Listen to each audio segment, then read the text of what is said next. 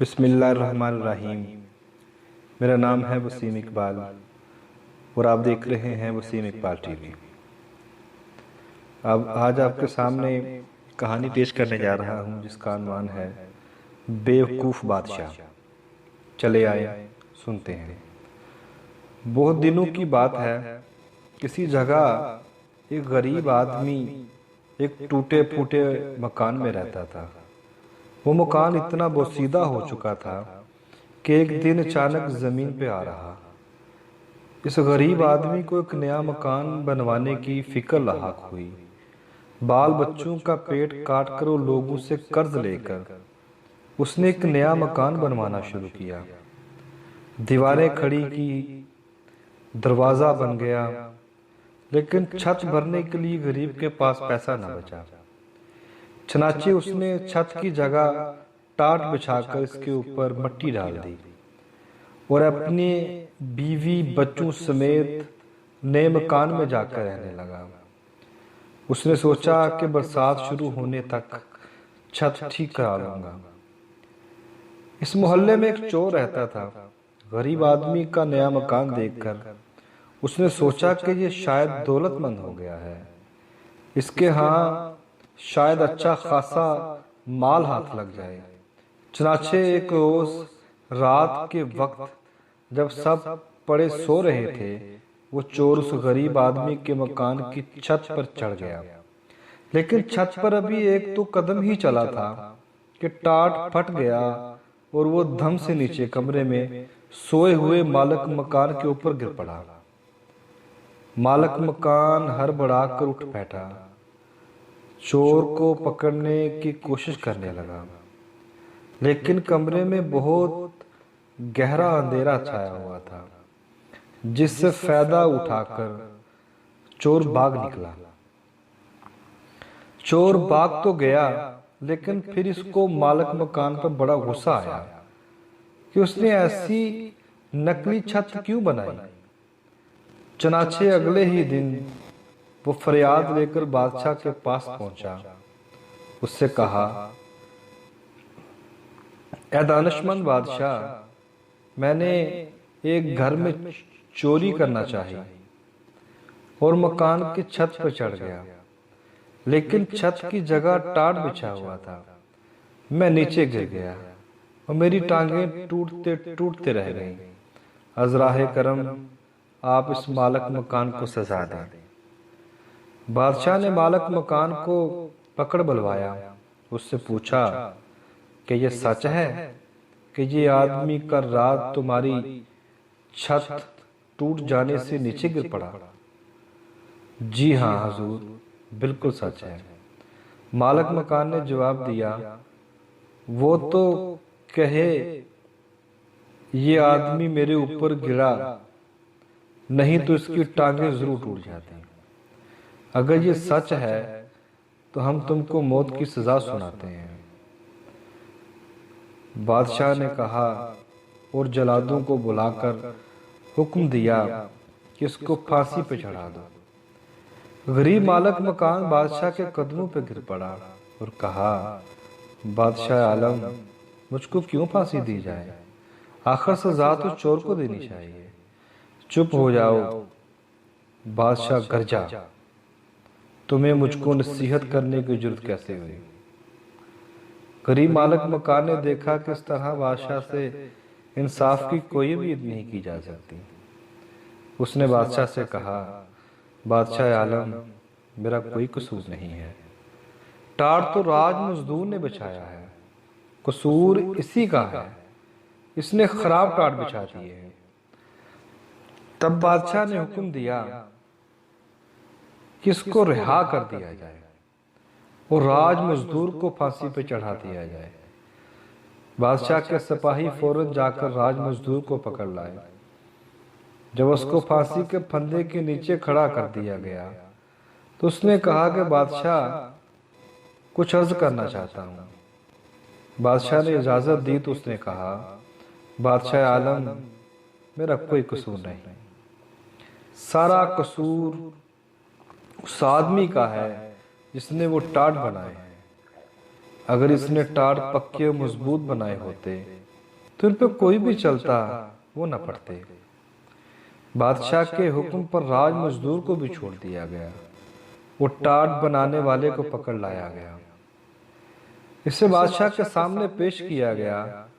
تو بادشاہ نے اس سے پوچھا، کیا ٹاٹ تم نے بنائے تھے؟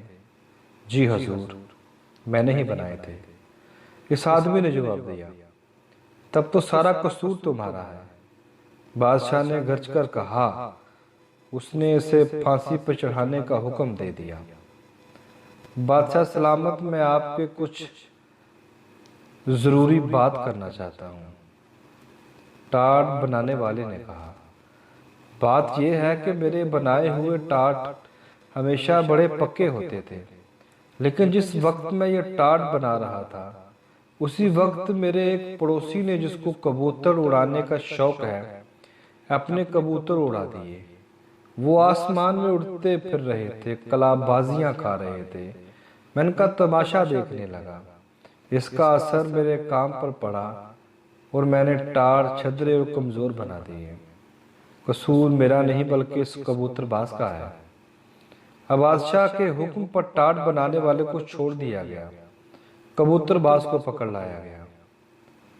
پھانسی کی سزا سن کر کبوتر باز نے بادشاہ سے کہا، جہاں پناہ، یہ ٹھیک ہے کہ مجھے کبوتر اڑا کر ان کا تماشا دیکھنے کا شوق ہے، لیکن اس میں برائی کیا ہے؟ اگر آپ مجھے پھانسی پر چڑھا دیں گے تو اس سے کسی کا بھلا نہیں ہوگا۔ کسی بے گناہ کی جان لینے سے یہ کہیں بہتر ہے کہ آپ چور ہی کو قتل کروا دیں، تب لوگ چین اور آرام سے زندگی بسر کرنے لگیں گے۔ ہاں ٹھیک ہے، بادشاہ نے کہا، سارا قصور چور ہی کا ہے، اور اس نے حکم دیا چور کو پکڑ کر لایا جائے اور اس کو پھانسی پہ چڑھایا جائے۔ جلاد فوراً چور کو پکڑ کر لائے، اس کو پھانسی کے پھندے کے نیچے کھڑا کر دیا، لیکن معلوم ہوا کہ اس کا قد ضرورت سے زیادہ اونچا ہے، اس کے پاؤں کسی طرح زمین سے اوپر نہیں اٹھ رہے ہیں۔ بادشاہ کو اس کی اطلاع دی گئی تو اس نے جھنجھلا کر کہا، احمق کہیں کے، یہ چھوٹی سی بات مجھ سے پوچھتے ہو؟ چور کا قد ذرا لمبا ہے تو تم کسی ایسے آدمی کو کیوں نہیں پکڑ لاتے جس کا قد ذرا نیچے ہو؟ اتنی موٹی سی بات بھی تمہاری سمجھ میں نہیں آتی۔